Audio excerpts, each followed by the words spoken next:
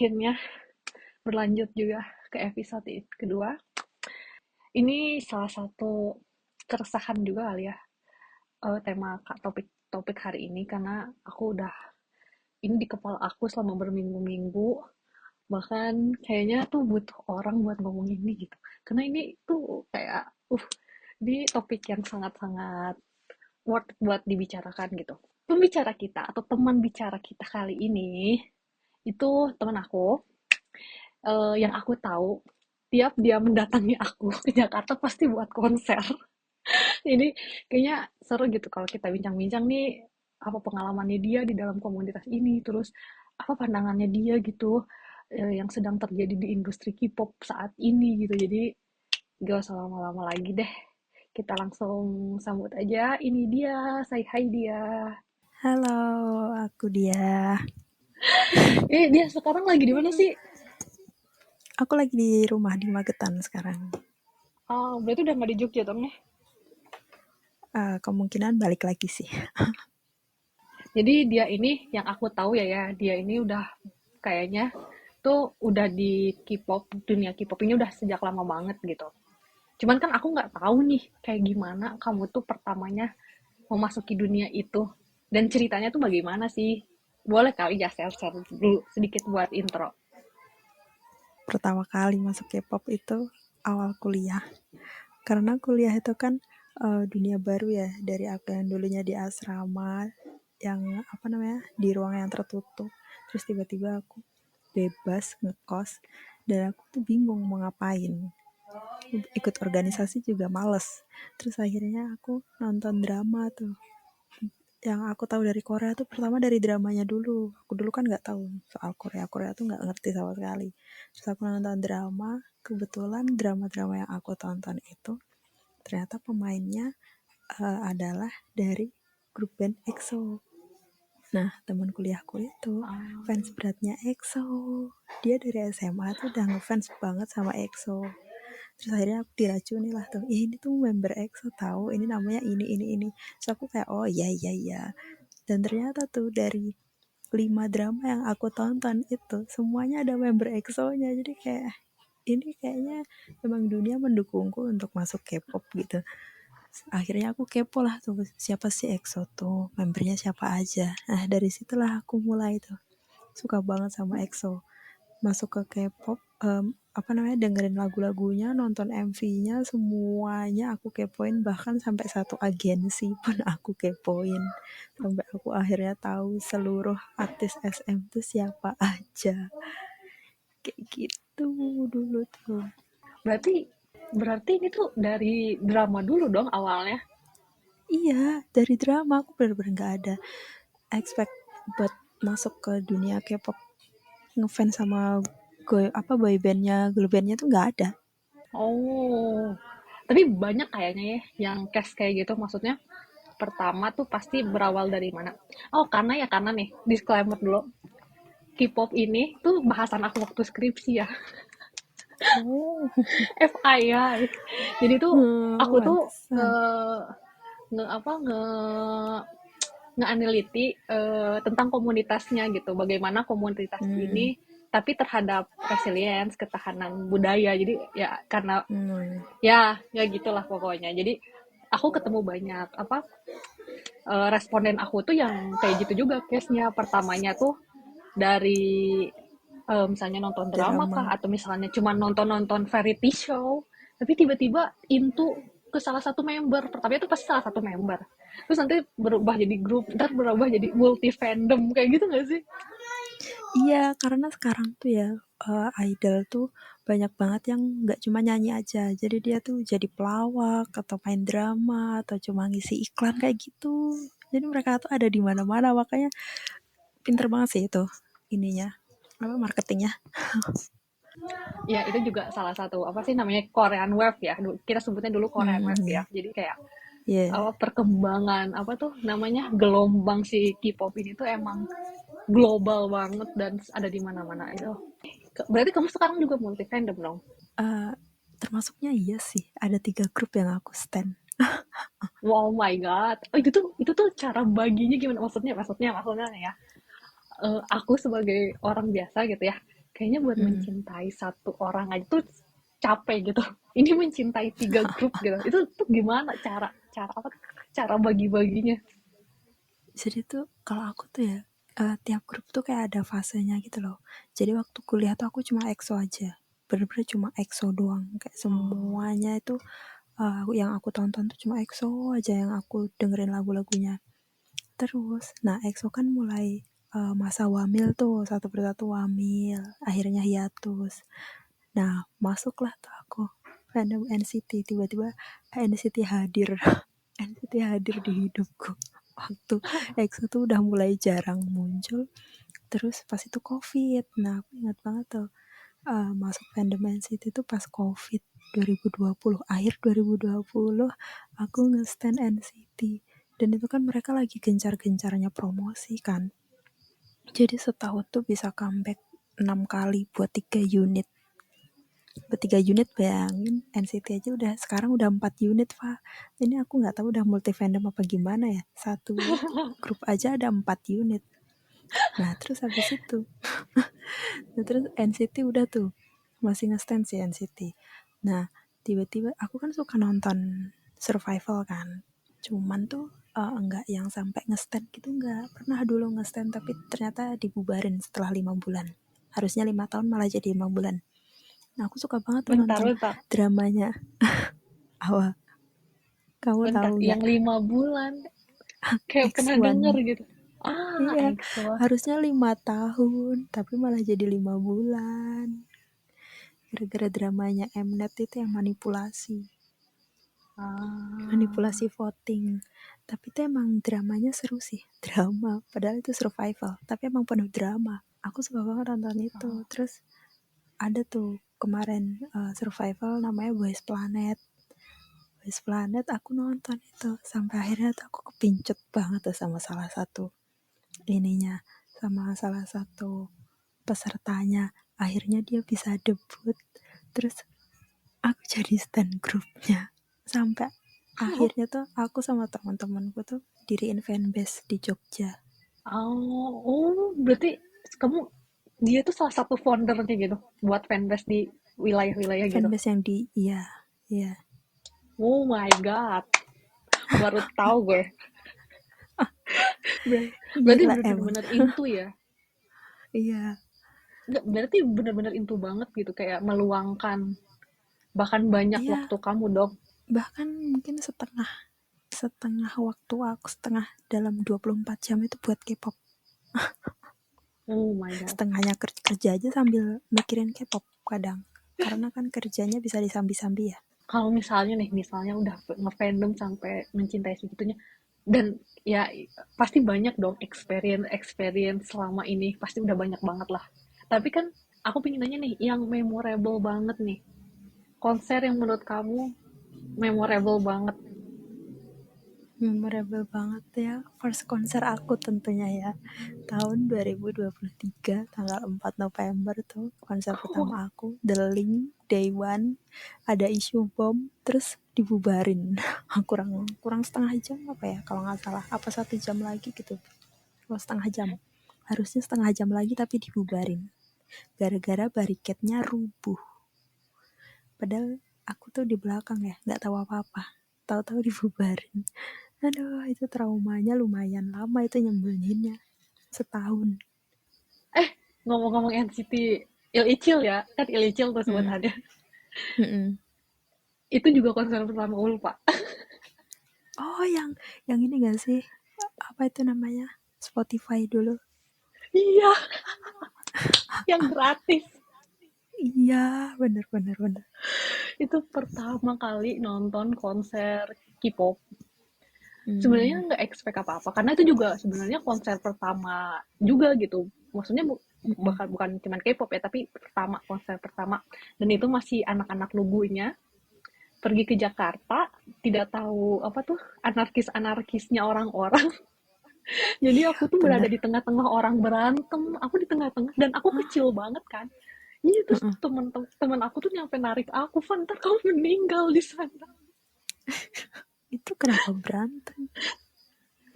Ih, dorong-dorongan biasa. Oh, iya iya iya.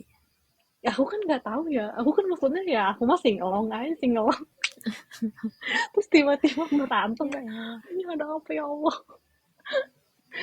Terus gimana tuh? Terus eh, waktu tahu ternyata ada isu bom itu sebenarnya bom beneran. Enggak ada apa-apa sebenarnya tuh, nggak tahu itu tuh berita dari mana, hoax doang. Jadi tuh sebelum aku berangkat ke venue, waktu masih di penginapan kan, eh, pada heboh tuh di grup chat, katanya ada isu bom apaan lagi, sampai akhirnya dikirim banyak polisi ke situ tuh buat jaga. Nah, habis itu karena kan waktu itu bertepatan juga sama tragedi Incheon yang Halloween, Kalau ini yang bukannya sampai Gangnam ya? banyak orang, oh iya Gangnam ding, ya yang di Gangnam itu yang Halloween ding. Hmm, Pokoknya yang hmm, Halloween hmm. itu, nah itu tuh cuma beda sebulan apa berapa minggu setelah itu kan. Jadi mereka tuh apa namanya, menghindari ada apa-apa ke depannya, makanya dibubarin setelah bariket jatuh itu. Lagian barbar banget, bariket seberat itu bisa rubuh coba. Itu dorong-dorongannya nggak tahu sekuat apa. Tapi itu bentar, ini tuh 2 hari kalau nggak salah. Dan kamu tuh Iya day dua one-nya. hari. Terus Iya, yang day 2-nya di cancel atau gimana? aman, enggak, aman sampai Ih, selesai. gunduk banget dong. Iya makanya kan aku kayak, sedih banget kenapa harus pas aku gitu loh. Ih, minta refund nggak dapat maksudnya dari promotornya. Iya kita tuh sampai teriak-teriak refund refund gitu. Ya mau gimana lagi. Sampai marah-marah tuh seluruh orang di venue itu semua marah-marah. Tiap lihat staff tuh marah-marah. Tapi sisi positifnya dari hal itu, eh, buat konser selanjutnya fans-fans itu pada aware sama keselamatannya masing-masing.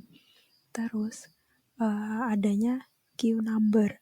Jadi kalau sebelumnya kan nggak ada tuh queue number. Jadi kita tuh udah minta harusnya ada queue number biar orang-orang tuh nggak nginep di venue. Kan itu mereka pada nginep di venue dari H-1. Cuma buat mau ini Oh, deket bariket. Jadi mereka tuh pada nginep di sana. Makanya banyak yang pingsan karena ngantrinya terlalu lama gitu. bentar, yang nginep itu Terus tuh mereka nggak mandi gitu? gak tahu,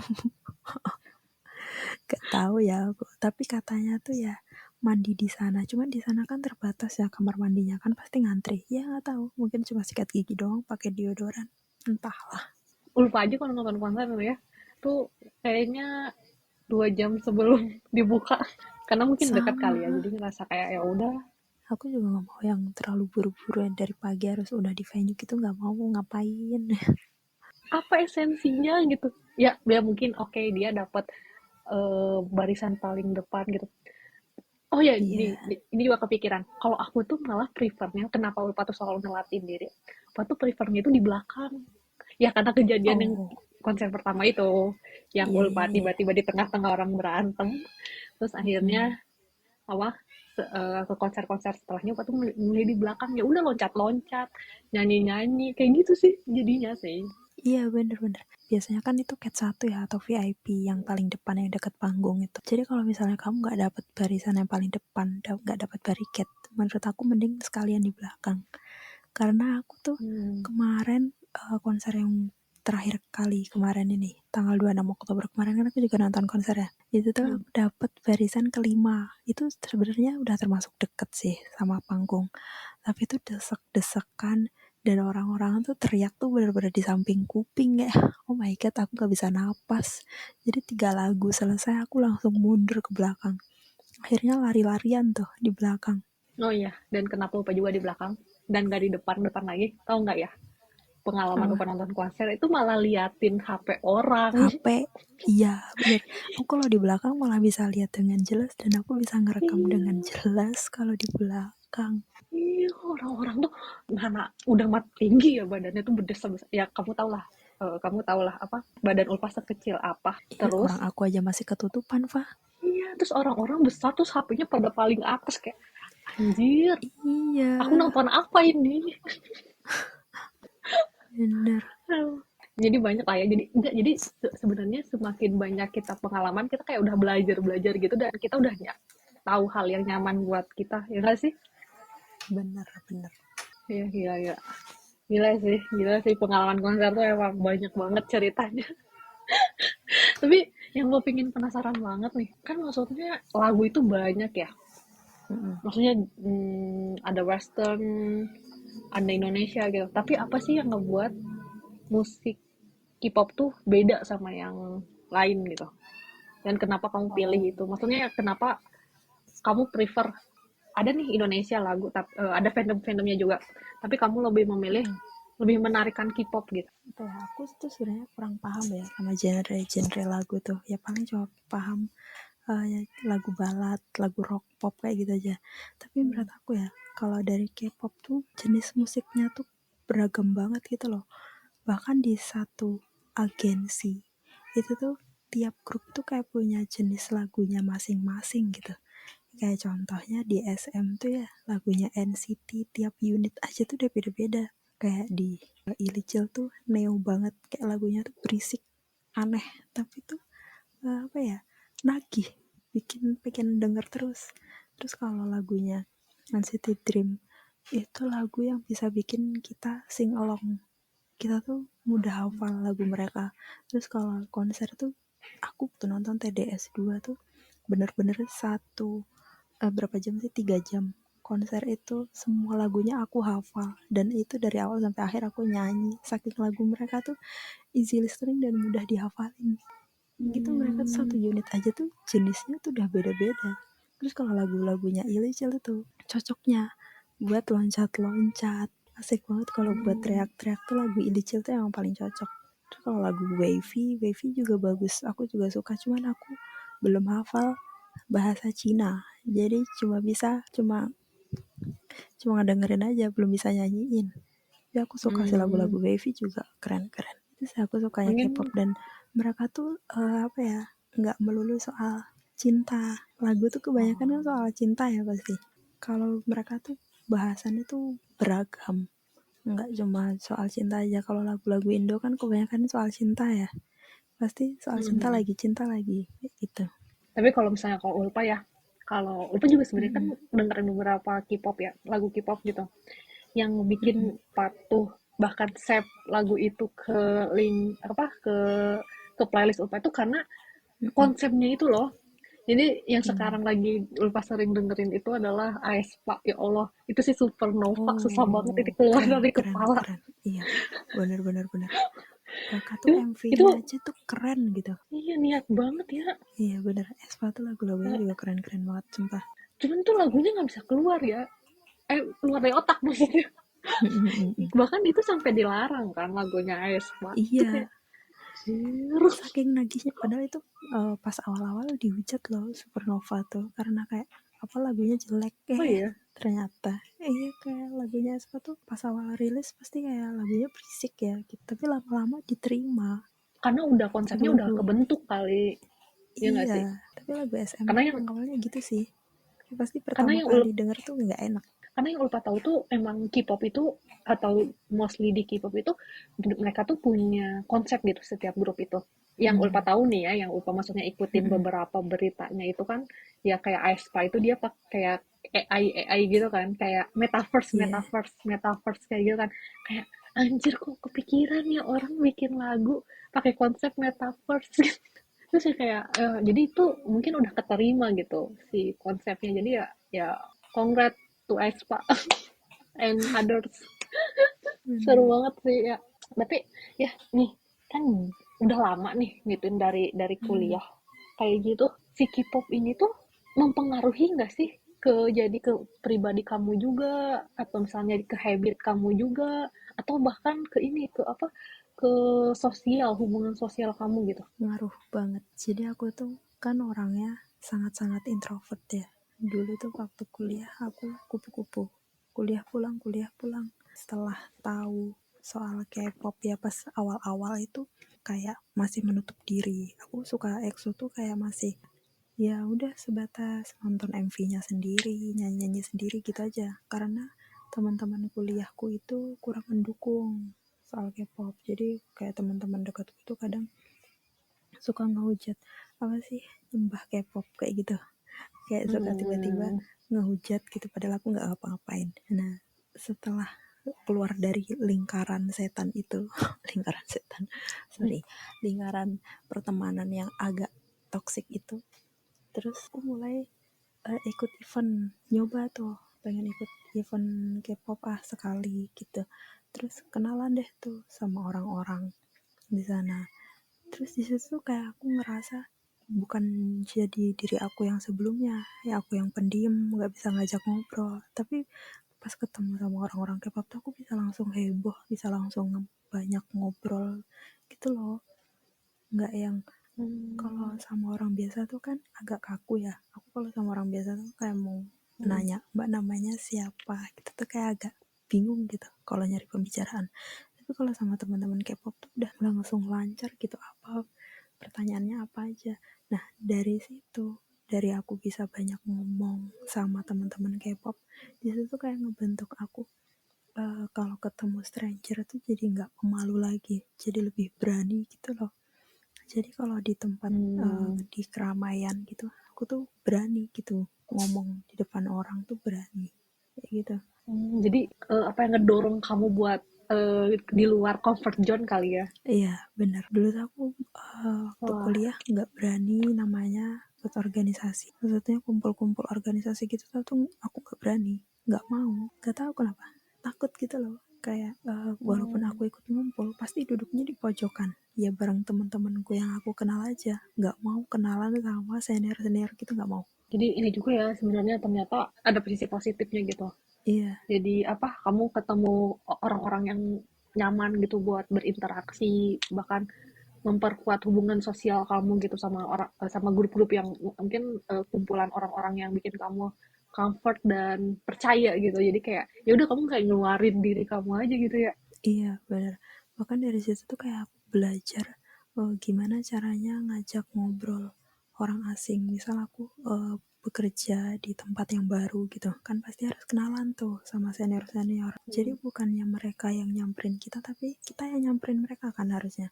Nah kalau dulu kan aku nggak berani, Hmm. sekarang aku jadi berani. Jadi kayak ngumpulin ini percakapan-percakapan yang bisa aku ajak, yang bisa aku bahas sama seniorku apa ya. Jadi sekarang udah biasa Hmm. kalau misalnya aku kan udah pindah-pindah kerja berapa kali ya, jadi kayak udah oh kenalan itu udah hal yang biasa, jadi gampang gitu, gampang akrab sama semua Hmm. orang.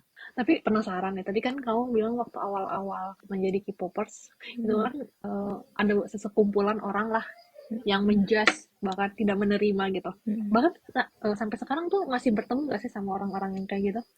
Masih, bahkan tuh ya sebagian besar orang yang ngejudge aku dulu sekarang suka K-pop, ya meskipun gak suka-suka banget tapi mereka dengerin lagu K-pop, jadi kayak Ya apa mungkin ya. berarti udah senjata makan tuan. Iya, Jilat ludah sendiri. bener. Kalau dulu mah aku ya aku diemin aja, mereka mau ngomong apa ya aku diemin aja. Tapi kalau pas mereka upload soal K-pop tuh kayak, kamu malu nggak sih? Aku cuma batin gitu sih. Malu nggak sih dulu ngatain aku? Padahal aku nggak ngapa-ngapain gitu kan. Maksudnya aku nggak pernah ngomongin K-pop sama dia. Aku cuma nonton sendiri, aku dengerin sendiri. Tapi dia ngehujat aku. Are you okay? Kenapa sih? Kayak kayak ngurusin banget hidup orang. Banyak sih, bahkan mungkin bahkan tuh yang terakhir aku lihat fanware-nya itu, maksudnya K-pop fandom sama orang biasa sama outsider itu, ini yang waktu zamannya ini apa, partai sosial media itu yang di Twitter itu kayak wow, my god, aku sih gak ikut-ikutan ya. Bener. Cuman ya maksudnya emang perlu ini kali ya, emang perlu waktu sebenarnya tuh, karena kan sebenarnya K-pop itu terus berkembang ya, bahkan sekarang tuh udah ada generasi gitu, generasi kelima gitu bahkan Iya. gitu. Nah itu tuh cuma sebenarnya menunggu waktu orang menerima aja gitu kan, iya gak sih? Iya bener, kayak dulu tuh orang waktu aku masih suka EXO zaman kuliah tuh teman-temanku kan yang anti banget K-pop itu, mereka bisa masuk K-pop gara-gara BTS sama Blackpink. Kan mereka dua grup itu kan impactnya lumayan gede ya buat non K-popers. Dan itu tuh rata-rata ya pada suka BTS sama Blackpink. Yang cowok pun suka Blackpink waktu itu, temanku yang ngata-ngatain aku, apaan sih K-pop tuh isinya operasi plastik semua. Jadi ya emang dia bakal bakal dapetin sebenarnya, bakal, karena kalau aku ya, kalau aku lihat itu sebenarnya kan kayak ini deh yang baru rilis gitu Mm-mm. lagunya Rose gitu kan, itu di Iya, mana-mana kan, kayak benar. kamu meskipun gak denger pasti kedengeran gitu. Ini mah cuma tinggal nunggu waktu kamu ini aja apa menerima lagu itu, ya Iya, nggak sih? mereka tuh kayak masih denial gitu loh. Kalau misalnya aku sendiri sih, kenapa?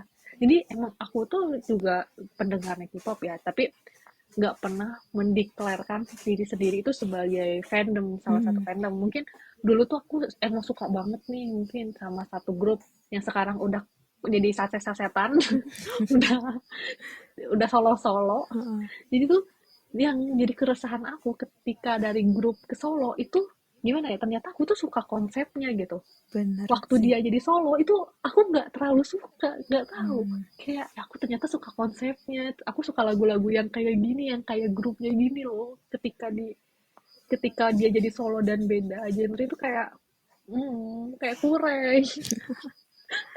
Iya, iya, iya. Tapi ya aku mah kan karena nggak mau apa ya, nggak mau ke pressurein aku gitu harus suka gitu Mm-mm. sama akal sehat sama hati tuh aku lebih ngituin akal gitu. Jadi aku pasti ya udah mendengarkan yang lagu yang nyaman buat aku aja gitu. Jadi emang nggak pernah mau declare aku fandom atau K-popers kayak gitu sih kalau aku ya. Untuk mungkin itu aku masih belum kenapa into to K-pop banget. Mm. Nah, dan kenapa juga aku masukin skripsi aku K-pop itu sebenarnya apa ya, keresahan dulu ya. Sebenarnya keresahannya tuh satu sih. Sebenarnya tuh ini yang K-pop lovers ini tuh mereka masih masih ini enggak sih, Mas, apa namanya, masih mempertahankan budaya Indonesia enggak sih? Itu, just it's Oh. as simple itu. Terus kalau udah, Upa jadi pengen nanya nih ke dia. Dia nih udah into banget sama budaya K-pop gitu. K-pop tuh Mm. udah jadi kayak budaya global lah kayak gitu. Mm. Secara pakaian, makanan, jadi mempengaruhi kok kehidupan seorang seorang gitu. Nah Mm-mm. kan itu sebenarnya budaya ya. Iya. Nah, kalau dia persenin ya dalam diri dia nih, berapa persen buat budaya Korea, berapa persen buat budaya Indonesia? Ayo, Budaya, kalau budayanya ya mungkin sekitar 40% aja sih. buat mana nih? Korea, tetap Indonesianya lebih Jadi gede ya masih ini kalau ya. budaya. Ya, orang Indonesia asli ya gimana ya? Kalau soal apa namanya selera jelas tetap Indonesia.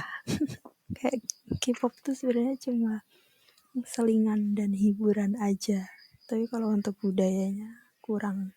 Tapi mungkin untuk budaya yang eh, salah satu budaya yang aku suka tuh umur 30 tahun belum nikah itu hal yang wajar, itu aku suka itu. Itu aku suka. Aku juga sih itu. Itu Aku aku mendukung. paling suka itu. Iya. Bahkan yang kemarin tuh pernah di Twitter viral yang pokoknya tuh ada kayak kriteria wanita Korea terhadap pernikahan gitu loh. Apa sih Oh, gue lupa. Ya pokoknya yang kayak gitu yang pokoknya ada 6 dari 4 poin jadi 6 gitu. iya. Pokoknya tuh cowok dinyatakan red flag tuh kalau 1 2 3 4 5 6 poin ini gitu. Iya. Itu kayak anjir tuh gue suka banget sih. Udah wanita itu independen. Bener. Soalnya di sana tuh menikah umur 25 tahun itu termasuk menikah muda, menikah dini. Nah, di sini 25 tahun udah dibilang nenek tua. Kamu mau nikah umur berapa? Udah umur segini. Pasti nih keresahannya dia juga ya. Oh ya jelas itu.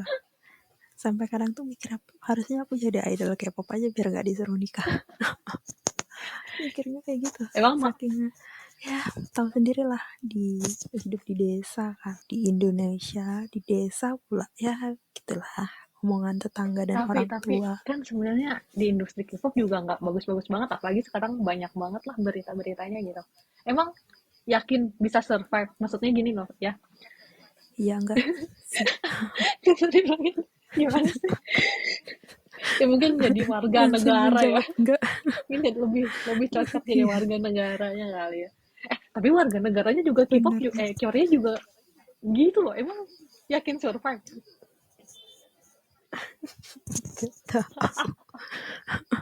Soalnya cuma melihat satu sisi itu doang. Kayaknya kalau kalau aku rekomendasiin ya, karena mungkin aku banyak belajar tentang budaya Korea ya. Korea tuh dijadikan destinasi aja ya. Iya, emang Kecuali lebih baik tuh tinggal di Indonesia tapi merantau. merantau Pak. Merantau Tinggal di kemana? Indonesia tapi merantau. Iya, pokoknya nggak di rumah, biar nggak Ah, ditanyain kapan nikah. oh, maksudnya hidup sendiri. Aku kira merantau, merantau Iya, kemana? Merantau ke Jepang. Oh my god, my god, my god, my god. Kan tadi kita tuh udah bahas ya, K-pop nih, influence-nya tuh udah global banget. Tapi dan itu tuh mm-mm. ngebuat maksudnya si industri K-pop ini, aku ngerasain, aku juga ngerasain lah dulu kita mungkin karena kita sekarang umurnya ya bisa terbilang senior, Iya, kita tahu lah apa sih bagaimana perbedaan K-popers di zaman generasi tiga, karena EXO tiga kan, tiga empat mm-mm. lima nggak sih, dan industrinya Iya, itu kayak makin kesini makin toksik gitu. Aku yang dari iya, luar aja ngelihat kayak wah ini udah nggak bener gitu, maksudnya orang nggak deh nggak jadi itu maksudnya tet. Bahkan tuh akhir-akhir ini banyak banget kasus loh yang itu tuh bikin aku notice gitu kasus-kasusnya tuh sampai sebegitukah toksiknya gitu K-pop sekarang gitu. iya, bener. Aku juga ngerasa K-pop makin kesini makin nggak sehat. Jadi kayak memutuskan buat jangan terlalu ikut campur lah sama urusan negara orang. Itu kan udah masuk ke Hmm. urusan negara juga ya, karena itu kan menjadi isu di sana, di Korea. Jadi kayak ya udah, kita sebagai popers itu menikmati aja karya-karya mereka, selebihnya itu udah jangan jangan ditiru, jangan di apa gubris lah tentang Iya masalah-masalah sih. itu. Ambil Ya sih, tapi baik-baiknya tuh aja. kan mungkin yang sekarang karena terjadi itu mungkin kayaknya karena kan pasti Hmm, K-popers itu dari banyak umur kan dan banyak apa iya. generasi juga Gen Z, Gen Alpha kayak gitu. Jadi Hmm, belum kebentuk kepribadiannya gitu. Jadi kayak aku ngeliat kayak wah beda banget kayak oke lah dulu tuh fun war-nya tuh cuman cekcok aja gitu.